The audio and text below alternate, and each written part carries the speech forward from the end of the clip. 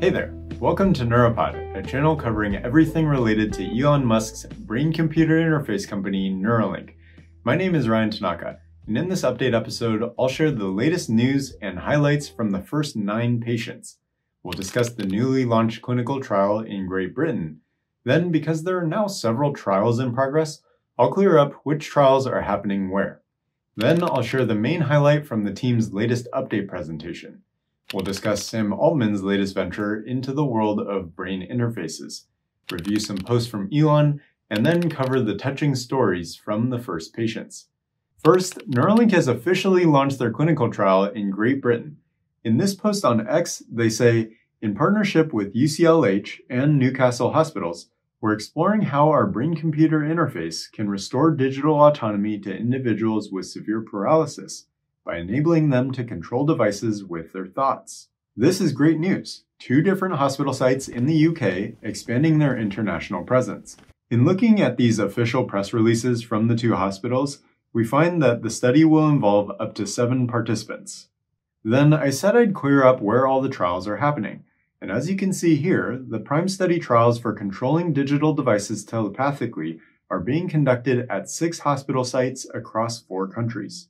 And they're looking for trial participants for restoration of speech at Cleveland Clinic, Abu Dhabi. They should also be opening that up in the US within the next year.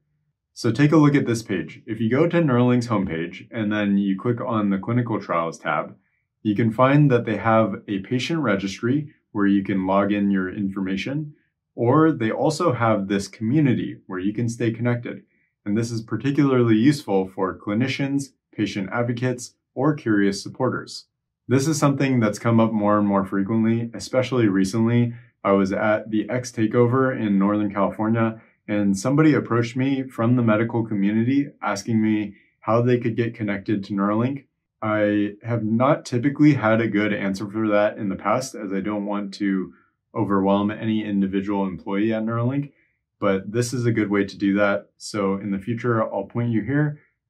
If any of you are interested in getting connected with them, this is probably the best way to do that. And then as we scroll down this page, Neuralink showcases their Prime study, which helps those with paralysis be able to interact with their digital devices. They have these 3 different types of trials going on around the world. They have device control, which is the Prime study, and the Convoy study, which enables Prime study participants to control an assistive robotic arm. And then they also have speech restoration, which is going to help people who are unable to speak. And then they have this visual prosthesis, which is going to be available in the United States. They say, we have received FDA breakthrough device designation for blind sight. They're going to start those trials next year. So make sure to join this patient registry if that's something that you or a loved one could benefit from. And then for this speech restoration trial, they are also looking for participants. This is going to be available in the United States, but then also it's currently available in the UAE in Abu Dhabi. This study site is listed here. If you support Neuralink and want to stay informed, please subscribe, because it not only makes it more likely that you're going to catch future episodes, but it also helps push the episodes out to more people so that they can learn about Neuralink. Next, we have the most information-dense overview of Neuralink's product plan and roadmap from their latest update presentation. Here's DJ. So now, just to step you through what the product evolution is going to look like in the next 3 years, today what we have is 1,000 electrodes in the motor cortex, the small part of the brain that you see in this animation called the hand knob area, that allows participants to control computer cursors as well as gaming consoles. Next quarter, we're planning to implant in the speech cortex to directly decode attentive words from brain signals to speech. And in 2026, not only are we going to triple the number of electrodes from 1,000 to 3,000 for more capabilities, we're planning to have our first blind sight participant to enable navigation.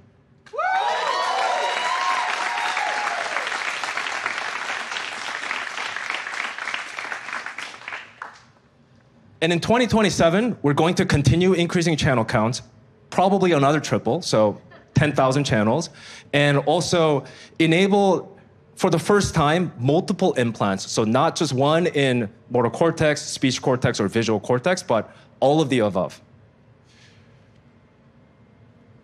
And finally, in 2028, our goal is to get to more than 25,000 channels per implant, have multiple of these, have ability to access any part of the brain for psychiatric conditions, pain, dysregulation, and also start to demonstrate what it would be like to actually integrate with AI. You probably caught wind of the latest beef between Sam Altman and Elon Musk, and their latest battle is described well with this post from Nick, where he says, breaking, OpenAI and Sam Altman to invest $250 million in Merge Labs at an $850 million valuation. The new venture is called Merge Labs.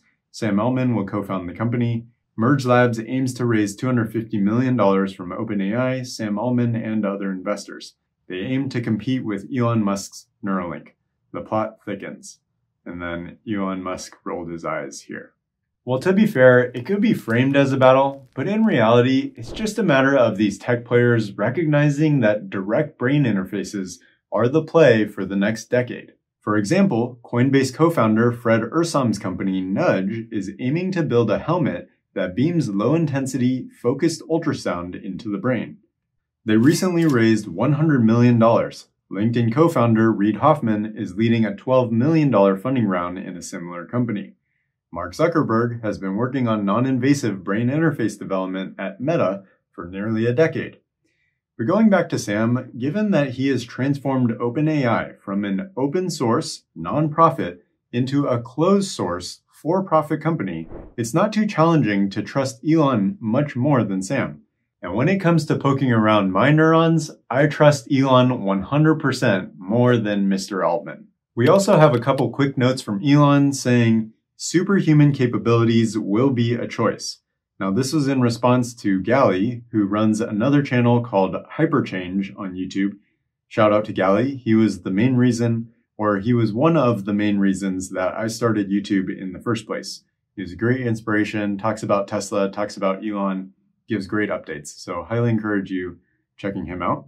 He says, everyone will want Neuralink as soon as possible because of the edge it gives you with AI. The tsunami of consumer demand will be insane. Yes, some will never want a chip in the brain, blah, blah, blah. But millions or maybe billions will want a better smartphone, aka personal computer that already makes us a part cyber species. Brain chips will have 1,000 times or more improved speed to trade ideas with AI. You will be left behind if you don't have this superpower and resort to tapping your phone to communicate with the new demigods. I'm sorry, I don't make the rules. The future is going to be crazy. And he reminded us of the remarkable outcomes Neuralink will enable as he quote posted this, saying, Neuralink will do life-changing good for ultimately millions, maybe billions of people. Imagine your loved one being able to walk again, or your parent with dementia being able to recognize their child again. Now, this was the primary thing that made me recognize that I wanted to talk more and learn more about Neuralink, which is I think about a parent not knowing who their kid is, like completely forgetting who their child is, the person that they cared for the first 20 to 30 years of life. They nurtured them, they took care of them. Like that is the most terrible outcome possible, forgetting your own kid. And if Neuralink could help them remember, just, like you get the Neuralink implanted and then 4 days later, you're able to remember your child. That is the most close thing to bringing back somebody to life that I could ever possibly think of. Now, this was a quote post of Neuralink, which brings us to the next point, which is that Neuralink has successfully completed both participant 8 and participant 9 this weekend, our first time performing 2 surgeries in one day. Both participants are recovering well and in great spirits. We're looking forward to supporting them on their Neuralink journey. And this is what DJ had posted, where he says, our goal is at least 20 participants before the end of the year. So about 10 more to go with the remaining 4 months of the year. And this is in line with what Romina had posted, the head of clinical trials at Neuralink, where she said in 2023, there was 1 trial with 0 participants, 2024, 2 trials with 3 participants, 2025, 5 trials with 9 participants, and at the time of posting, there's still 5 months left. Now let me share with you all of the tremendous actual Neuralink implantee patient stories. Audrey says, I would like to announce that I am participant 9. I am the first woman in the world with a Neuralink BCI. I can't wait for the world to meet me and follow me on my journey. Thanks to the Trailblazers, Nolan, Brad, Rob, Alex, Mike, RJ, Jake, and Nick. Probably on the day this video gets published, Audrey and I will be recording an episode where she shares more about her background and story, so make sure to subscribe and hit that notification bell so you don't miss that episode when it drops. Now I wanted to share this video to highlight more of her story. Well, welcome back. We have an exclusive interview with one Vidalia woman who is making medical history. She's the first woman in the world to receive the Neuralink brain implants. Mallory West shares her story. Click. In the small town of Vidalia, one woman is etching her name into medical history. My name is Audrey Cruz. I am the first female recipient of the Neuralink implant that allows me to control a laptop cursor with my mind telepathically. In 2005, Audrey's life was completely changed. I was in a car accident on my way home from school, and I received a C4, C5 compression fracture in my neck, which caused my spinal cord to pinch, and that left me a quadriplegic, meaning all 4 limbs are paralyzed. Only a few weeks ago, Audrey received a life-altering surgery, the Neuralink implant. So we're going to go to... And then she posted this. Here's more information about how my BCI, brain-computer interface implant, works and my surgery. I had my surgery last week and everything is going amazing. It was brain surgery. They drilled a hole in my skull and placed 128 threads into my motor cortex.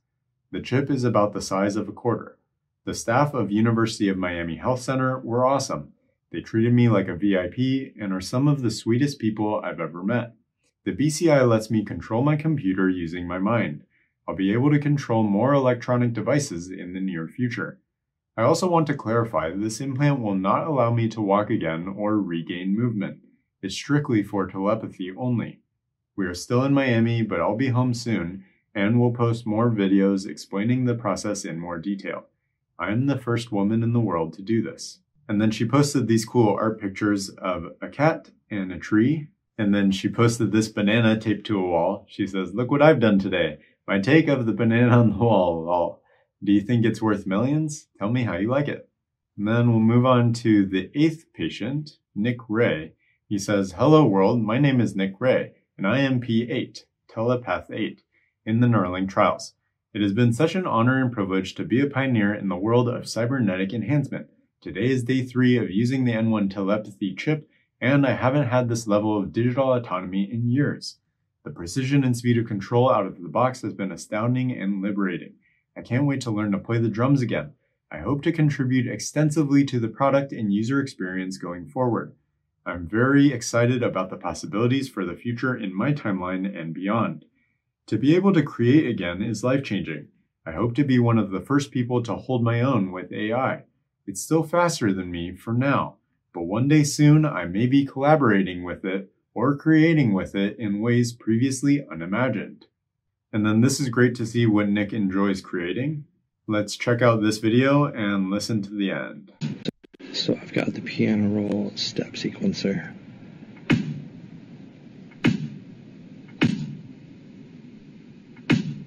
We're just gonna slap something real.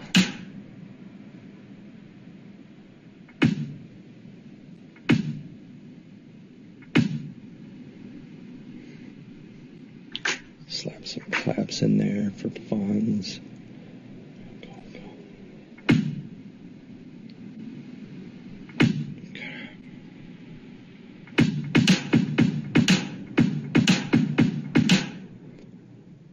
I'm going to throw a rim shot on first one. So just being able to express yourself creatively is got to be super empowering. And I'm happy that these patients are able to do that. And then this was a post from Nick. He says, I don't want to burst any bubbles, but, and then in order to have some context, let's scroll up. And this is Neuralink's 7th patient, Jake Snyder. He says, I set the world record for cursor control with a brain-computer interface using my Neuralink brain implant. And this is Sammy from the Neuralink team. Hey everyone! I am thrilled to share some incredible news with you today. So this is just showcasing him playing this game called WebGrid. This is an indicator of the bits per second or bit rate. He eventually gets to 10.08 bits per second, which breaks the world record. And then Nick has this fun post where he says, or he shows that he actually got to 10.39 bits per second. So there's this friendly competition between the two amongst the patients. And then Jake actually said he broke his score again. He thinks he got up to 10.6. And anyway, there's just this constant ongoing joke/friendly battle amongst the patients. So let's move on to the 7th patient, Jake, who I actually interviewed about a week ago. I posted that video on the channel, and Jake shared a very vulnerable story. So I highly encourage you to listen to that. And this is more context. He says, I'm 34. My mind is sharp. My body is failing. ALS doesn't care about age, dreams, or plans. It just moves in and takes everything. Here's what living it is like. There's really just some touching posts on this thread. I talk about it more in the episode that's specifically about him. So again, I encourage you to watch that. And then I found this to be particularly great answer where he says, Jake, what do you feel is superhuman about you now? He says that I feel like an actual human being again. When you suddenly can no longer type, move a mouse, or even hold a phone, you feel so dehumanized and realize all the things you took for granted are now gone. Neuralink gives me ability back, and there's no better feeling than that. It's just super powerful stuff. And then Neuralink's 6th patient, Rob Greiner, whom I also interviewed on the channel. I encourage you to listen to that. But this was a great intro from John and Steven of Tesla Owners Silicon Valley. So I wanted to play this intro real quick. That whole process was it was almost pleasant. So I wasn't scared or intimidated by the surgery at all. So let's go to this next post that talks about Neuralink's 5th participant, RJ Tanner. This was a fantastic news clip that I edited a decent bit. If you ask people that are paralyzed from the neck down, if you have an opportunity for independence for the rest of your life, would you take it? Absolutely.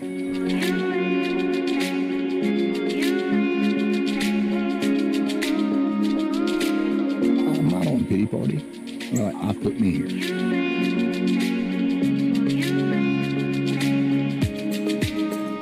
I can work my cell phone with a cursor through my BCI. I can work a Mac with my BCI. Essentially, it's like a Bluetooth. Well, I mean, paralyzed from the neck down, you can't do anything. You can't even scratch your nose. So you have to depend on someone for every little thing in your life. You don't want to voice text everything you're saying out loud in a room full of people. He says since getting the implant in April, he's regained a sense of independence. Now he's able to control his computer, phone, even the TV. Now I can sit there, look at my phone, and I can click and type messages just like you can. Yeah. So, I mean, it absolutely gave me my sense of, independence and freedom back.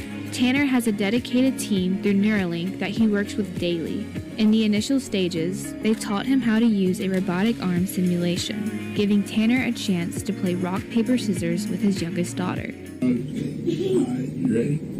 Rock, paper, scissors, shoot. Leave me again. I think you're cheating. That's the first interaction that her and I have ever had. That right there made it worth it to me. He says he's grateful for his Neuralink team and for Elon Musk, who was waiting for him when he woke up from surgery. He thanked us, for volunteering for the trial. And I'm sitting there humbled because He has created something in his company that's changed my life forever. Today, Tanner has high hopes for the future. I've got Lucedale behind me, got the county behind me. With my support system and the Neuralink team, anything's possible.